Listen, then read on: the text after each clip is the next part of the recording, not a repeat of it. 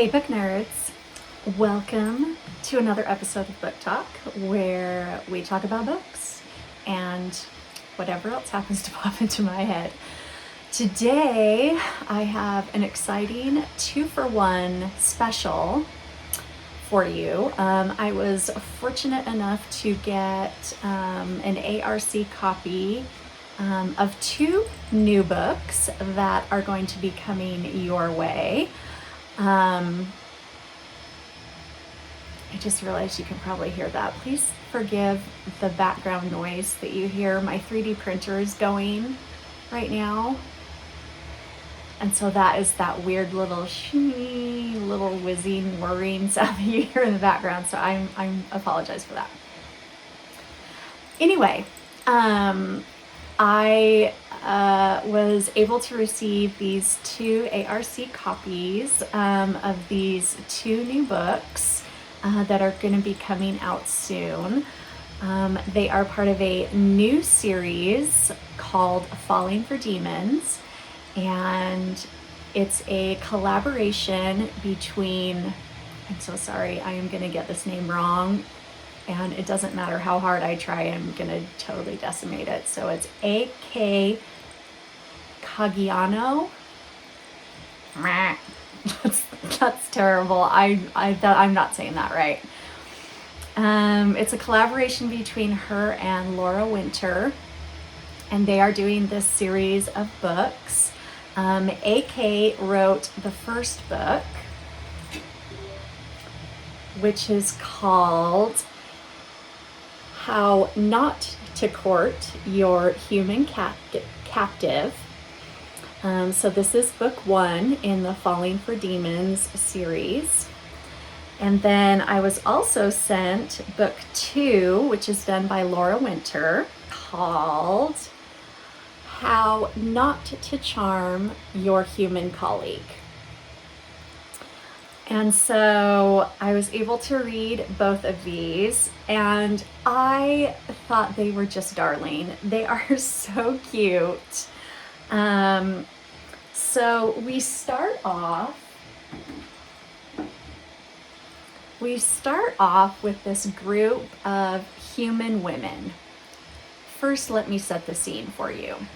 So this is an earth or a time when humans and demons are living together jointly, because many like centuries past, humans had raised up demons to do their bidding, and they were raising up demons, and the demons had eventually broken free of their captivity of doing the humans' bidding and what they wanted them to do, but they're stuck here now. And so we have humans and we have demons, and the humans don't really like the demons because obviously they're stronger and faster, and they use magic, which the humans are very distrustful of. And the demons don't like the humans because they, captured them and they brought them here unwillingly. But here they are. And so this is the kind of setup, this is the world building that we have at the beginning. And so we have a group of human women that have been kidnapped by slavers, human slavers. And they're being taken to this slavers city where they're going to be auctioned and sold. And their wagon or whatever is being driven across what's known as the Dreadmore. And the Dreadmore is this horrible place that humans should never go. Demons even fear to go into it because it's just this horrible place filled with terrible creatures, and it's just like this dead, awful, like nothing grows there except poisonous things. It's like this really awful place. And so they're going through the Dreadmore, and there's a demon patrol that happens to be coming past the Dreadmore, and they see these slavers, and they know about slavers. They don't like slavers. Obviously, they have strong feelings about captivity, and so they really detest slavers. And so that's how we start off book one, is we have this human woman who is a captive of these slavers. And then we have the captain of this guard, of this patrol that sees them and rescues them from the slavers. And then the second book is another one of the human women that gets taken back to the demon city, which is very aptly named Heck. I love it. Anyway, and so I would assume that as we keep following this series, we're going to keep following these group of women that have been rescued from these slavers and taken back to the demon city of Heck. Anyway, that is kind of the premise of this series. That is how the world building, and that is kind of how we start off this kind of romance between our first couple. I found this series to just be absolutely adorable. It's almost like a cozy romance with demons. Can we even have such a thing? If we could, it would kind of be these books, because it's a love story, and it's kind of how the relationship between the demon and the human grows, and they're in close proximity, so it's a very forced proximity type genre. Alas, there is a guest room, so we don't have the one bed problem. But anyway, it was a very kind of cozy, kind of a nice, happily ever after type read. I absolutely loved the way that AK wrote Severith, who is our demon main character in this first book. He is absolutely adorable. He just is like this huge red demon who looks scary and has horns and is this very scary, right? You would be terrified to see him, but inside he is just this marshmallow of a teddy bear, and he just is. I just love the way that she wrote him. I found him to just be absolutely adorable. So I would highly recommend reading these books if you enjoy monster romance in the aspect that it is a true romance. I would categorize these as kind of cozy, heartfelt, very warmy, kind of get you in the feels. It does have some spice. We don't just, stop at cute little kissing. This isn't the, 1800s, type thing. There is some definite spice in here, and they definitely write spice very well. So I did enjoy that part. I am all for spice, love it. And they did incorporate that into the books very well. It was very well done. It definitely fit. It wasn't all of a sudden going from cozy, warm, cute little demon to holy cow, he's ripping her clothes out. It wasn't. It was very in the spirit of the book. It fit. It wasn't at all out of place. It was very well done. So I would highly recommend reading these books when they come out. So I have talked about in my other videos, I kind of went through a phase there where I was very much into the Dollar Tree shop with me's. I was watching a lot of videos on new finds at Dollar Tree, and let's do a full face of makeup with Dollar Tree finds, and I was super into that. And one thing I do know about myself, about my personality, is that when I latch onto something, I kind of get laser focused into it, and to the point where it almost becomes an obsession, and I kind of get like a latched on obsession about it. And so for the past like 4 to 6 weeks, I've had like this shopping addiction with Dollar Tree. And I would go to Dollar Tree like every day trying to find these new, right, the new finds, the new shop with me. And oh my gosh, look at the fun things that Dollar Tree has now. And I didn't need it, but like, it was all about the hunt. It was all about the, oh my gosh, could I find it? And I need to get it because everyone says that I need to get it because it's cool and I need to have it. And everyone is doing these full face of makeups and these skincare, and they look amazing, and I want to look amazing. And anyway, I ended up kind of latching on to that, and it became like this shopping addiction where I was at Dollar Tree sometimes twice, 3 times a day, going to multiple locations, trying to find these very hard to find items, and then buying like multiples of them, but like not really needing them. Like I was just putting them aside and they were stacking up, and I like had all this surplus. Luckily, it didn't last that long, and it's something that I know about myself. Like I've had therapy and I know that about myself, and so I can work through these things and it's all okay. Anyway, my point being that Dollar Tree and I have broken up, and I'm no longer doing that anymore. However, I do have like this surplus now, and I have all of these products that are just sitting right in my closet. Like I have so much stuff. And so I started to look into Project Pan. Have you guys heard of Project Pan? Let me know in the comments if you've heard of it. Are you doing it?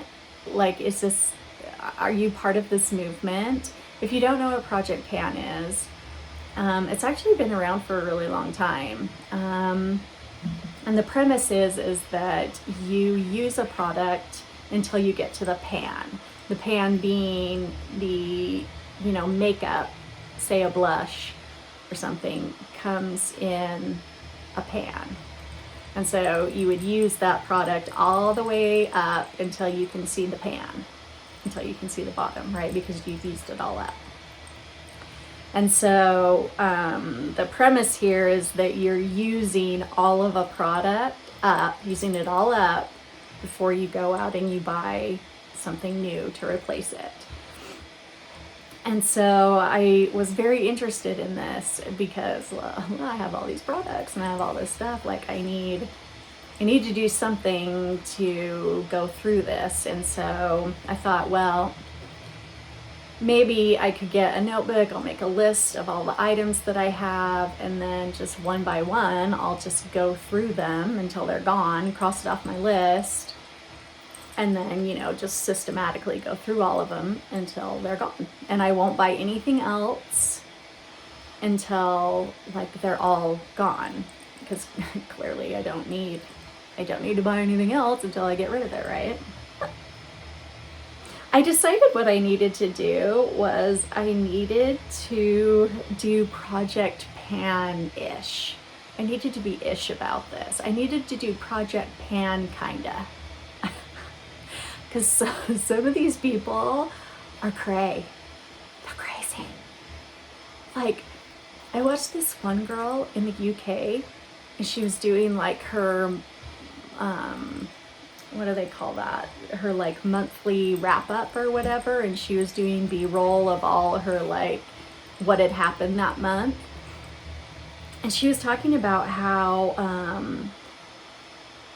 she had used this moisturizer that she had, for years. It had just been sitting in the back of her closet, but it's Project Pan, so it's time to get it out. It's time to use it up.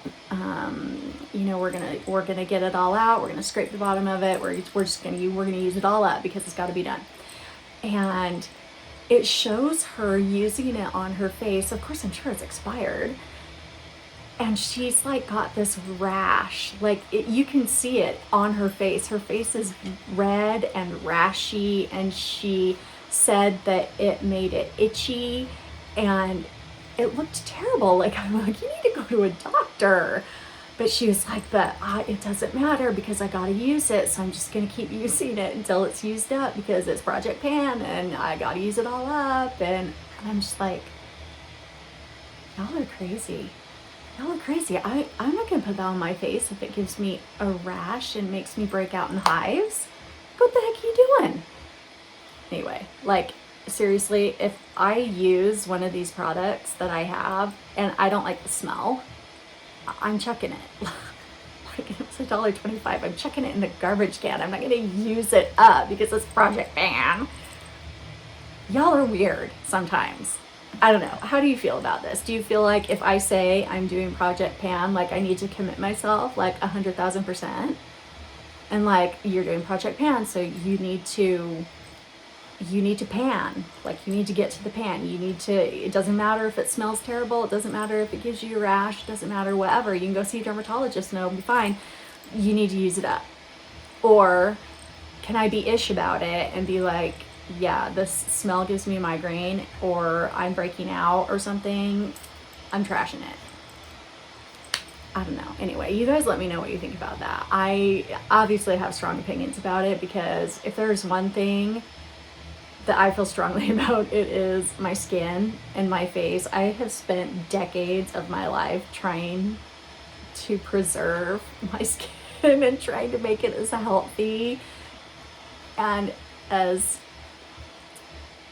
what do I want to say? I'm trying to preserve the life of my skin here. I'm getting older, and you gotta take care of your skin. Like, anyway, I don't know. Let me know what you guys think about it. So I have a bin of empties.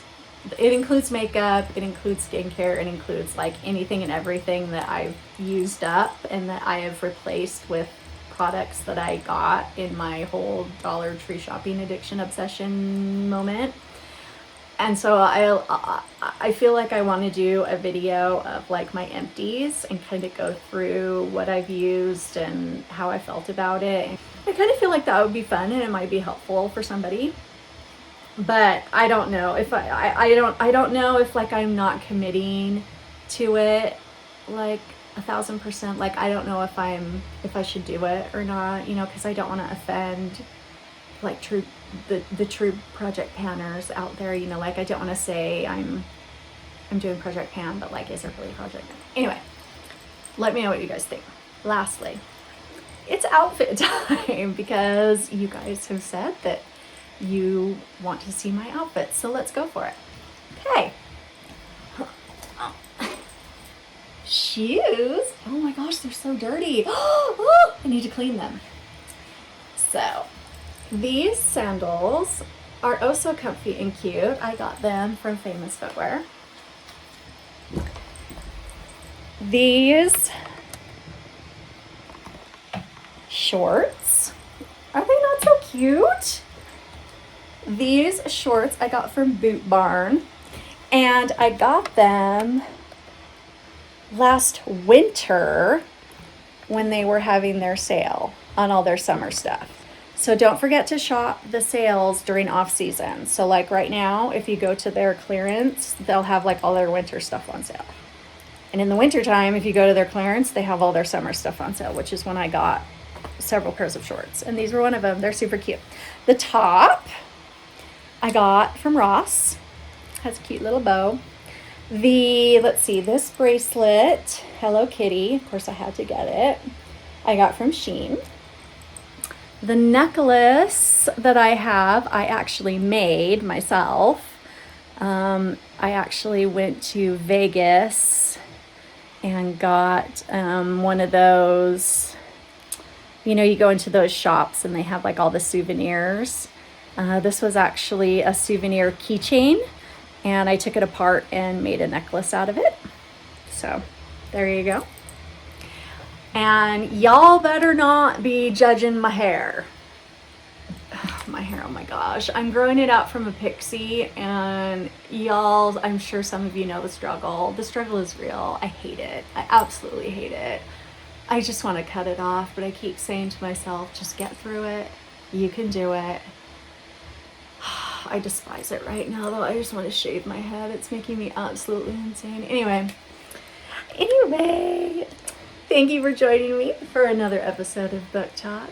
I am so excited that we got to talk about a new series. I love talking about new series. I love having the opportunity to get ARCs from authors. It is one of my favorite things to read and review. And so thank you for joining me, and I will see you next time. Bye-bye.